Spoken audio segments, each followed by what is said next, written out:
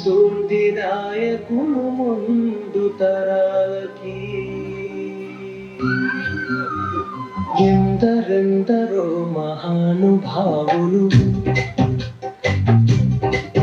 భావకులుగా మార్గదర్శకులుగా ఇంకెంతో మందికి ఆదర్శవాదులుగా అవ్వాలి. రండి రండి దర్శించుకుందాం కొందరినైనా.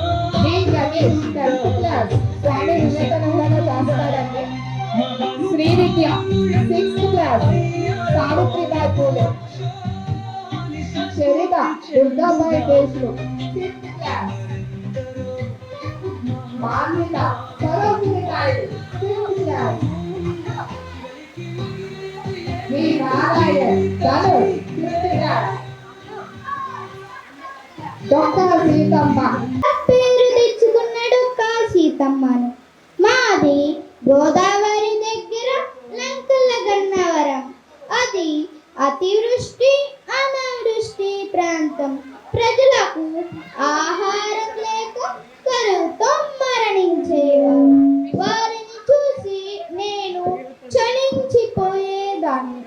అక్కడ ఆకలితో అలమటించే వారందరికీ అన్నం పెట్టడం ప్రారంభించాను. ఇదంతా నా భర్త జోగన్న గారి అండతోనే జరిగేది. ఆకలి అన్న వారందరికీ పట్టడన్నం పెట్టి కడుపు నింపేదాన్ని. అది ఏ సమయమైనా సరే. ఉదయం నుంచి అర్ధరాత్రి దాకా పనిచేసే కూలీలకు ఆహారం దొరకకపోతే వాళ్ళ పరిస్థితి ఆలోచించండి. వారి పిల్లలు ఆకలికి అలమటిస్తారు కదా. అమ్మ ఆకలి అని వినగానే నేను నిద్ర లేచి వచ్చి అన్నం వండి పెడుతూ ఉండేదాన్ని. గ్రంథాలయంలో ఎన్నో ఏకపాత్రాభినయాలు చేస్తూ వచ్చిందండి జ్యోతి. అయితే నా గురించి నేనే చెప్పుకుంటాను. నా పేరు నారాయణ్. నేను తుంబా రాకెట్ సెంటర్కు దగ్గరలో ఈ ముదునూరు కన్నా చిన్న గ్రామంలో నుంచి ఒక బీద రైతు కుటుంబం నుంచి వచ్చాను. నన్ను నెల రోజుల కిందట ఇస్రో చైర్మన్గా నియమించారు. ఇస్రో గొప్పతనం గురించి తెలియని వాళ్ళు బహుశా ఉండరేమో. మరి నేను గర్వించాలిగా. దానికి చైర్మన్గా నియమించినందుకు ఇస్రోలో 100వ శాటిలైట్ని, అది కూడా నన్ను నియమించిన 2 వారాల్లోనే అతిపెద్ద నావిగేషన్ శాటిలైట్ను విజయవంతంగా శ్రీహరికోట నుంచి లాంచ్ చేశారు. నన్ను నేను గతంలో చూసుకున్నప్పుడు ఒక బీద రైతు కుటుంబం నుంచి ఎలా ఇస్రో చైర్మన్ అయ్యానో తలుచుకుంటే ఆశ్చర్యం వేస్తుంది. ప్రపంచ దేశాల్లో సమానంగా ఎదిగిందో అదే విధంగా వి నారాయణ గారు కూడా కృషి పట్టుదలతో చైర్మన్ గా ఎదిగారు. ఇంత అద్భుతంగా చేసిన విద్యార్థి ధనుష్ చాలా బాగా చేశాడు కదండి. ఇప్పుడు మనం కలుసుకోబోయే తర్వాతి వ్యక్తి ప్రపంచ దేశాలకు మన భారతదేశ ఖ్యాతిని తెలియజేసి తన ప్రసంగంతో యువతను ఉత్తేజపరిచిన స్వామి వివేకానంద గారు వస్తున్నారు. ముందు మిమ్మల్ని గురించి మీ అందరిలోనూ నిగూఢ శక్తులు ఉన్నాయి. అవి మీకు తెలుసా? తెలియదు. తెలుసుకునే ప్రయత్నం చేయండి. మీరు విద్యార్థికులమని భావిస్తున్నారు. మంచిదే. అయితే నేర్చుకునేదేమిటి? కంఠస్థం చేయడం నేర్చుకోవడం కాదు. మీ విద్య లక్ష్యం ఏమిటి? ఆలోచించుకోండి. ఈ వయసులో మీరు నేర్చుకునేదే మీ జీవిత పునాదిని నిర్మించుకోవడానికి కదా. మీరు యాంత్రికులుగా నూతిలోని కప్పలాంటి జీవితానికా ఈ కృషి? ఆలోచించుకోండి. నూతిలోని కప్ప అంటే ఏమిటో మీకు తెలుసా? నేను చెబుతా వినండి. ఒకసారి ఒక సముద్రపు కప్ప అనుకోకుండా ఒక నూతిలో పడింది. ఆ నూతిలో నివసించే ఒక కప్ప చూసి నువ్వు ఎక్కడి నుంచి వచ్చావని అడుగుతుంది. నేను సముద్రం నుంచి వచ్చాను అని చెబుతుంది. సముద్రమ్మా, అది ఈ నూతి కన్నా పెద్దగా ఉంటుందా అని అడుగుతుంది. అప్పుడు సముద్రపు కప్ప అవును, సముద్రం ఈ నూతి కంటే పెద్దది అని చెబుతుంది. దాంతో నూతిలోని కప్ప ఈ నూతి కన్నా 2 రెట్లు ఉంటుందా అని అడుగుతుంది. అప్పుడు సముద్రపు కప్ప లేదు, సముద్రం ఇంకా పెద్దగా ఉంటుంది అని చెబుతుంది. అప్పుడు నూతిలోని కప్ప ఈ నూతి కన్నా 10 రెట్లు ఉంటుందా అని అడుగుతుంది. అప్పుడు సముద్రపు కప్ప లేదు, సముద్రం ఇంకా అంటే ఇంకా పెద్దదిగా ఉంటుంది అని చెబుతుంది. ఇక్కడ నూతిలోని కప్ప సముద్రాన్ని ఎంతసేపు నూతితోనే పోలుస్తుంది. నూతికి సముద్రానికి ఏమైనా పోలికుందా అసలు? దాని ఆలోచన అంతవరకే ఆగిపోతుంది, అంతకు మించి ఆలోచించలేకపోతుంది. మీరు కూడా నూతిలోని కప్పలా మారవద్దు అంటున్నా.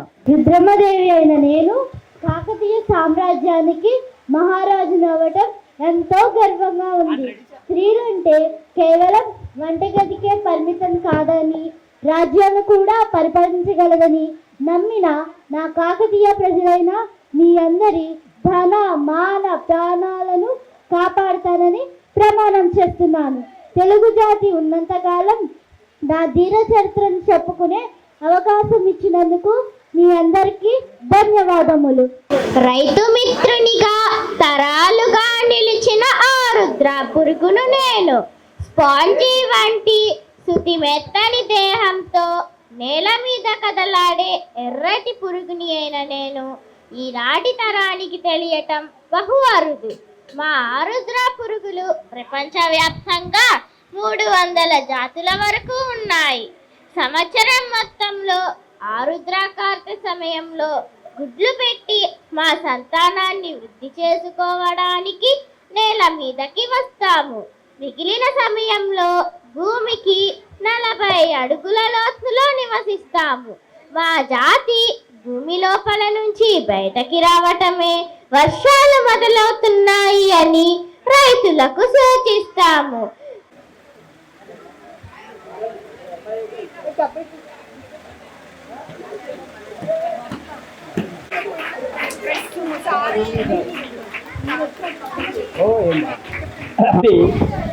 భాస్కర్రావు గారి ప్రేరణ లేదా ఆయనకే స్వయంగా ఒక ఆలోచన మీటింగులు సభలు జరుపుకోవచ్చని వారు ఏర్పాటు చేసినట్టుగా ఇందాక సంధ్య చెప్పింది. చాలా సంతోషం. వారికి మనం అందరం కూడా ధన్యవాదాలు చేయాలి. రెండోది, ముదునూరు లాంటి గ్రామంలో భాస్కర్రావు గారి లెజెండరీ ఒక ఆయన ఉన్నారు. ఆయన ఈ ప్రయాణం రావాలంటే ఇవాళ ఉయ్యూరు నుంచి వచ్చాయి. ఇక్కడ ఆ రోడ్డు చూస్తే ఎంత నరకప్రాయంగా ఉందో. మీ ఊళ్ళో ఉన్న ప్రతి వాళ్ళు ప్రభుత్వానికి అర్జీ పెట్టి కాగితాల మీద రాసి మీకు అర్జెంటుగా రోడ్డు ఏర్పాటు చేయమని, బాగు చేయమని, రిపేర్ చేయమని. ఇక్కడి నుంచి గుడివాడ కూడా బహుశా అట్లాగే ఉంటుంది. కనుక ఈ రోడ్డు బాగు చేయడం మీ ముఖ్యమైన కోరికగా మీరు ఎలుగెత్తి చాటండి. దేశం అది ఏదో ఎవరో బాగు చేస్తారు, మనం దానికోసం పోవక మన సంగతి మనం చూడాలి. మూడవది, ఇవాళ ట్రెండ్గా ఒక సినిమా వచ్చింది. ఇందాక నుంచి దేశభక్తి అది మన ఊకదబ్బుడు కొట్టేశాం. ఛాయా అనేటువంటి సినిమా మీ అందరికీ వినే ఉంటారు, టీవీలో చూస్తూనే ఉంటారు. అది శివాజీ మహారాజు కొడుకు శంభోజీ మహారాజు వీర గాథ. మీరు వీలైతే భాస్కర్రావు గారిని తీసుకొని మీరంతా డబ్బులు ఖర్చు పెట్టుకొని కానీ ఏదైనా సరే, లేకపోతే ఆయన స్పాన్సర్ కానీ మీ తల్లిదండ్రులని కానీ దగ్గరలో గుడివాడ ఉంది కనుక గుడివాడ వెళ్ళి ఆ సినిమా ఉంటే తప్పనిసరిగా చూడాలని నేను కోరుతున్నా. అది 3. 4వ పాయింట్, నేను ఇందాక అమ్మాయి డొక్కా సీతమ్మ పాత్రధారుడికి మా చిన్న బహుమతి ఇచ్చాను. డొక్కా సీతమ్మ గారి మీద మేము పుస్తకం చేశాం, మహిళా మాణిక్యాలను. అందులో మొదటిది డొక్కా సీతమ్మ గారి గురించే రాశాం. రెండోది జిల్లాలమూరి అమ్మగారి గురించి. మిగతా ప్రపంచంలో వాళ్ళు భానుమతి గారితో సహా అన్ని పేర్లు ఉన్నాయి. డొక్కా సీతమ్మ గారి గురించి నాకు తెలియగానే మేము ఇలా కార్యక్రమం నిర్వహిస్తున్నామని మా సరస్సు భారతీయులు ఉంది ఉయ్యూరు, దాని తరఫున చెప్తే ఎలా చూశారో ఇంటర్నెట్లో సీతమ్మ గారి ముని మనవడి కుమారు అంటే దాంట్లో మనం ముని మనవడు అంటాం. ఆయన టెక్సాస్ రాష్ట్రంలో ఆస్టిన్ అనే చోట ఉంటారు, పెద్ద సాఫ్ట్వేర్ ఇంజనీర్. ఆయన తెలుసుకొని నా ఫోన్ నంబర్ దాంట్లో ఉంటుంది కనుక వెంటనే నాకు ఫోన్ చేసి మంచి కార్యక్రమం చేస్తున్నారు, మేము కూడా చేస్తున్నాం, కానీ ఇంత కార్యక్రమం ఎక్కడా చేయలేదు కనుక మీకు మేము 10,000 రూపాయలు పంపిస్తాం, సభా నిర్వహణకు కూడా కావాలంటే పంపిస్తా ఉంటే సభా నిర్వహణకి మాకు ఏమి రుతుగా ఇవ్వక్కల మీరు ఇచ్చి పంపించిన డబ్బు పిల్లలకి ఆ వీళ్ళ మీద వ్యాసాలు గేయాలు రాయించి బహుమతిగా ఇస్తామని చెప్పి ఆయన చెబితే ఆయన తల్లిదండ్రులు అంటే మునిమనవుడు సీతమ్మ గారి మునిమనవుడు హైదరాబాదులో ఉంటే ఆయన్ని ఆయన భార్యని ఉయ్యూరు పంపారు. ఉయ్యూరు పంపిస్తే వాళ్ళ సమక్షంలోనే ఆ పోటీలు పెట్టి బహుమతులు అందజేశాం.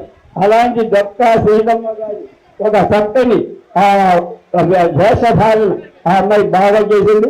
మనందరికీ డొక్కా సీతమ్మ గారి యొక్క గొప్పతనాన్ని అందరికీ అర్థమయ్యే చేసింది కనుక మంచి కార్యక్రమాన్ని నిర్వహిస్తున్న మీ ప్రజలకి భాస్కరరావు గారికి సంధ్య మొదలైన వాళ్ళందరికీ వాళ్ళ కుటుంబం వాళ్ళందరికీ కూడా మేము ధన్యవాదాలు తెలియజేస్తున్నాం. అలాగే ఇంకొక మాట చెప్పి మాకు వెయ్యిలో సర్వసాధ్యం ఉందన్నాం. రేపు మార్చి 24వ తేదీ అంటే ఉగాదికి ముందు వచ్చేటువంటి ఆదివారం నాడు మేము ఒక పెద్ద కార్యక్రమం చేస్తున్నాం. దాదాపు 10 మంది అటు ఉత్తర దక్షిణ అన్ని భాగాల్లో ఉండేటువంటి మహామహులందరినీ పిలిచి సత్కారం చేస్తున్నాం. కవి సమ్మేళనం చేస్తున్నాం కనుక ఆ కార్యక్రమం ఆదివారం సాయంకాలం 4 గంటల నుంచి ఉంటుంది. ఇదే మీ అందరికీ ఆహ్వానం. ఇప్పుడు భాస్కరరావు గారి నేను వాట్సాప్లో మా రఫ్ ఇన్విటేషన్ పెట్టాం. ఒక 2 రోజుల్లో దాన్ని పూర్తి చేసి ఎవరెవరిని ఆహ్వానితులు ఇంకా పూర్తి కావాలో వాళ్ళందరినీ పెడతాం.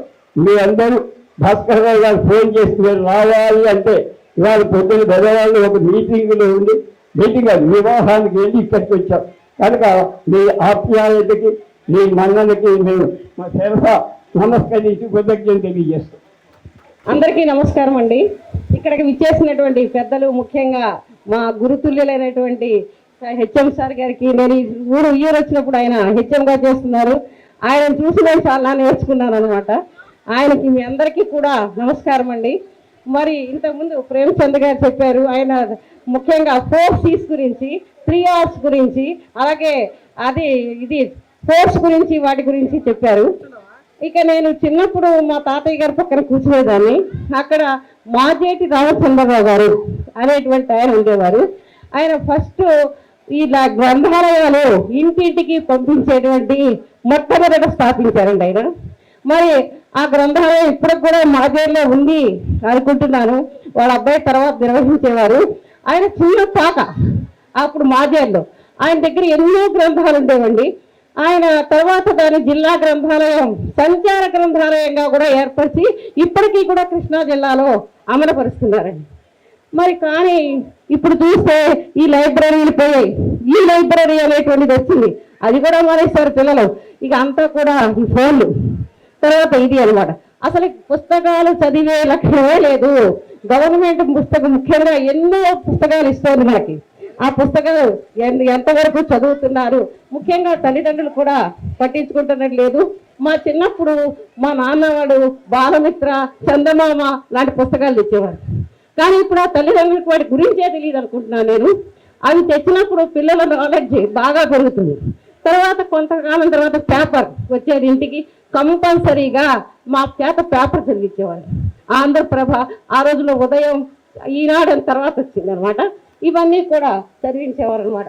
ఇలా తర్వాత కొద్దిగా పైకి వెళ్ళిన కొద్దీ ఇండియన్ ఎక్స్ప్రెస్, హిందూ ఇలాంటి పేపర్స్ ఇలా చదివించేవారు. ఇప్పుడు అసలు పేపర్లే తీసుకోవడం లేదు చాలామంది.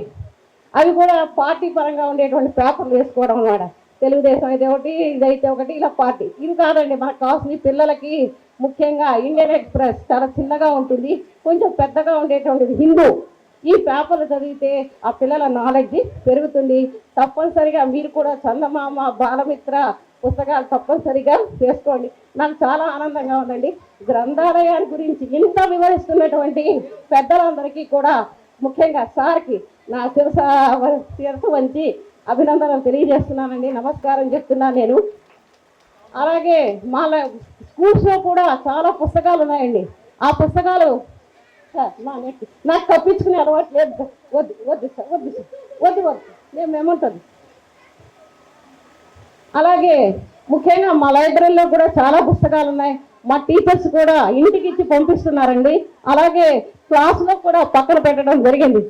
కానీ ఆ పిల్లలు చదవమని చెప్పినా కూడా ఎంత వేసవికాలం కూడా పంపించమని చెప్పారు పిల్లలకి ఇచ్చి.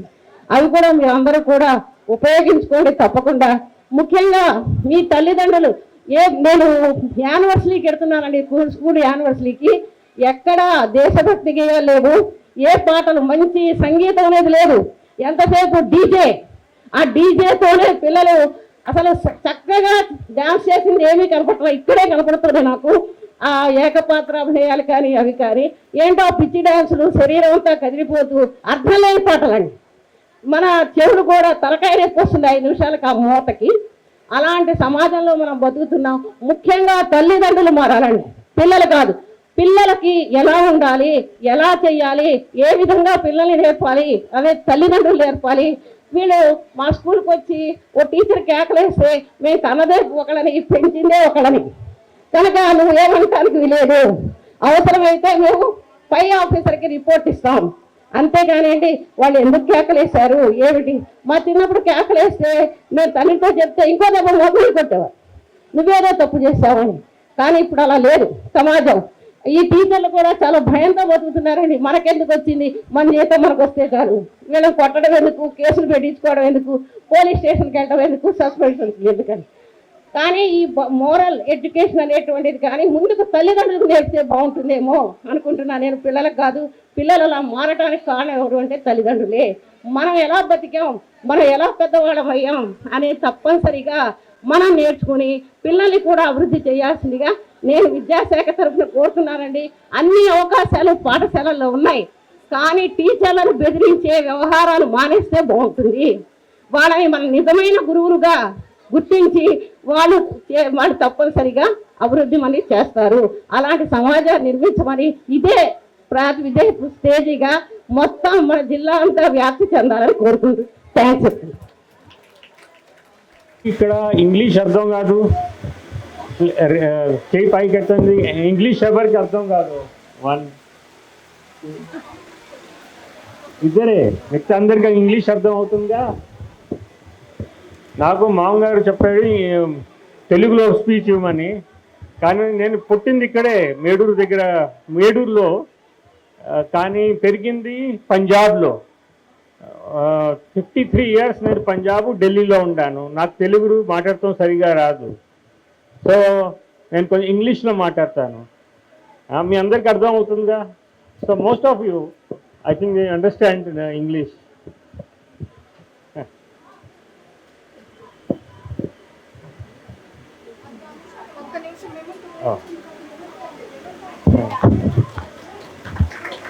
Thanks. Village called Meduru. You know Meduru? It's nearby. At birth, I was named Paleti Venkateswar Ramlingeswarao Chaudhary. I was named this after my mama. But immediately after my birth, my dad, who was a product of REC Warangal, he got job in Bhakhara Dam. So I grew up in Punjab. They couldn't pronounce my name. Then they said, this boy lives with Prem. Andartho Prem ga untadu. Ee abbayi peru Prem pettamannaaru. So I was named Prem. And when admission to schools came, my father, who was fond of Munshi Premchand, though he didn't know Hindi, but he had read his translations, so Prem became Premchand. So for last 25 years, I have been evaluating performance of schools all over the country. So very often I have been asked, how do you define a good school? So for me, a good school is about 4 C's and 3 R's. So some of you might be aware of 4 C's. US government in the beginning of this century, US government beginning of this century did a study to know what are the most important skills for the 21st century. They gave them 4 C's. Creativity, critical thinking, communication, and collaboration. So a good school is about good teachers who enhance these 4 C's and also 3 R's. The 3 R's are relations. First R is relationship between all stakeholders. If parents fight, that has negative impact on growth of the child. Relationship between management and teachers. relation between teachers, but most important is the relation between child and the teacher. It should be based on love and positive expectations. So there are schools who assess this relationship, who conduct a regular survey to evaluate this relation. So relationship between all stakeholders. I visited Finland in 2017. I went to their top teacher training institute. So when they select teachers, the most important criteria is whether this person loves children or not. The shortlisted candidate is sent to 5 psychologists. So the most important criteria is not the knowledge of the subject, but whether this person loves children or not. So first R is relationships. I think they are not understanding.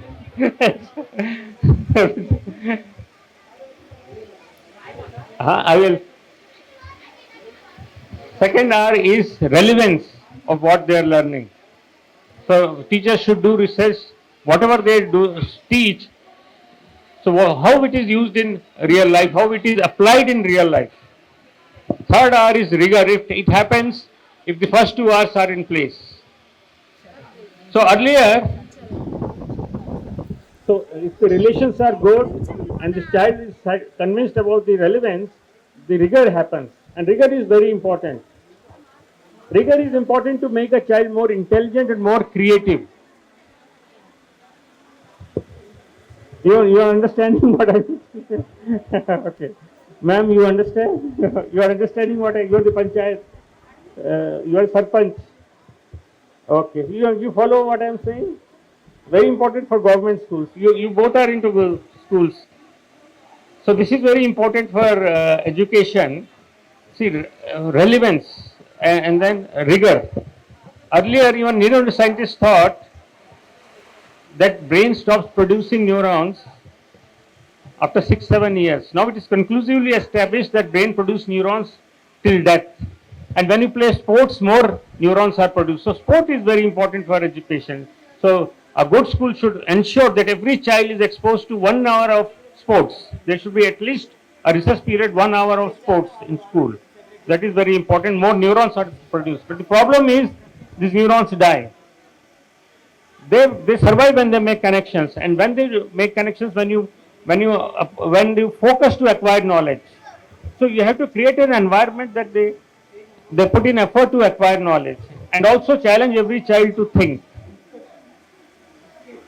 So every child, that should be the environment. So the instruction method, usually it is direct instruction followed by question answer session or problem solving.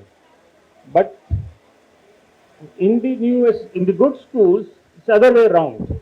Teachers should start with a problem, should start with the project, and then give direct instruction. So similarly, there are n number of techniques. I can also come to you and discuss all those techniques which ensure the child is motivated to put in effort and also challenged to think in school. So with this, I think because many of you are, I think, not following this, my talk. So I will end my talk with this, and thank you for inviting me, and also big applause for all the children who performed. They did a marvelous job, especially the biographies. I think they did the role modeling for different leaders. I think that was excellent. Big applause for the children, please. Thank you. మేమంతా ఒక family లాగా ప్రతి ఒక్కటి మా ప్రతిభని ఈ వేదిక మీద జీవిత చరిత్ర గ్రంథాలయం అనే వేదిక మీద మేము ఇదంతా చేయగలుగుతున్నాము అంటే మా ప్రతిభను ప్రతి ఒక్కళ్ళు సహకరించుకుంటూ ముందడుగు వేస్తున్నాము. ఇంకా ఇంకా పిల్లలకి నేర్చుకుంటా ఇంకా అనేక కార్యక్రమాలు చేయగలుగుతున్నామంటే భాస్కర్ సార్ గారు, రమేష్, సురేష్, పుజిత్, నిఖిల్, మహిత, బాబీ. మహిత మాకు డాన్స్ నేర్పించిందండి. మహిత కూడా రావాలి, స్టేజ్ పైన నవ్వాలి ఫస్ట్. మహిత, సత్యనారాయణ మాస్టర్ గారు మాకు అన్ని విధాల సలహాదారుగా ఉంటారు. మా రమేష్ ఒకసారి మాట్లాడతాడంటండి, మా టీం గురించి బాగా వివరిస్తాడంట. Thank you for this opportunity. మేము స్టార్టింగ్లో లైబ్రరీకి వచ్చినప్పుడు ఇంత అవకాశం వస్తుందని అనుకోలేదు. మేము ఏఐ టెక్నాలజీ యూజ్ చేసి మాకు కావాల్సిన వీడియోలు కానీ సాంగ్స్ కానీ పిల్లలతో చేపించడం కానీ చేస్తున్నాము. ఇందులో మొదటగా నేను మా తమ్ముడు వీడియోలు తీసి ఎడిటింగ్ చేసేవాళ్ళం. మా తమ్ముడు సురేష్ మేమిద్దరం కలిసి వీడియోలు ఎడిటింగ్ చేసి అక్క పిల్లలకి ఇచ్చిన డైరెక్షన్లో భాస్కర్రావు గారు తప్పలేమని ఉంటే చెప్పి మాతో పెట్టించేవాళ్ళు యూట్యూబ్లో. తర్వాత పూజిత్ మాకు చాలా ఎంతగానో సపోర్ట్ చేశాడు స్టార్టింగ్ నుంచి. పిల్లల దగ్గర నుంచి కూడా చాలా సహకారం వచ్చింది. తర్వాత నేను ఉద్యోగానికి వెళ్ళిపోయిన తర్వాత నిఖిల్ వచ్చాడు. వీడియో ఎడిటింగ్ కానీ యూట్యూబ్లో పెట్టడం కానీ ప్రతిదీ చాలా బాగా చేసేవాడు. తనలో చాలా టాలెంట్ ఉంది. ఏఐ యూజ్ చేసి ప్రతి దాన్ని బాగా చేస్తాడు. Future director. మన నాకు నేనే సాంగ్ ఎందరో మహానుభావులు మేమిద్దరం 10 minutes కంపోజ్ చేసాము. దానికి డ్యాన్స్ కంపోజ్ చేసింది మహిత. 2 days కంపోజ్ చేసింది. మేమైతే 2 days చేసేవాళ్ళం కాదేమో. చాలా బాగా చేసింది. బాబీ అన్నయ్య, మెయిన్గా బాబీ అన్నయ్య గురించి చెప్పాలి. స్టార్టింగ్ నుంచి ఎండింగ్ వరకు ఈ ప్రోగ్రామ్కి చాలా కష్టపడ్డాడు ఆయన. బాబీ అన్నయ్య పెద్ద దిక్కు మా అందరికి. ఎందుకంటే మెయిన్గా స్టార్టింగ్ నుంచి ఎండింగ్ వరకు ఈయనే చూసుకున్నాడు ప్రతిదీ. మాకు చాలా హెల్ప్ చేశాడు ఈ అన్నయ్య. థ్యాంక్స్ అన్నయ్య. సంజయ్ గురించి చెప్పాలంటే చాలా తక్కువ చెప్పచ్చు. ఎందుకంటే పిల్లలకి చాలా తక్కువ టైంలోనే బాగా నేర్పించింది. మేము కూడా చాలా షాక్ అయ్యాం. వివేకానంద గారు కూడా మాకు చాలా బాగా సపోర్ట్ చేశారు. పిల్లల్ని తీసుకొస్తాం కానీ పిల్లల్ని సైలెంట్గా కూర్చోబెడతాం కానీ ప్రతిదీ బాగా హెల్ప్ చేశారు. ఇంకా ఫైనల్గా సార్ గురించి మేడం గురించి చెప్పాలి. ఎందుకంటే మాకు చాలా సపోర్ట్ చేశారు. మాకు ఏది కావాలంటే అది తీసుకొచ్చారు. పిల్లల్ని ఏ టైంలో కావాలంటే ఆ టైంలో యాక్సెప్ట్ చేసేలా చేశారు. Thank you sir. Thank you very much.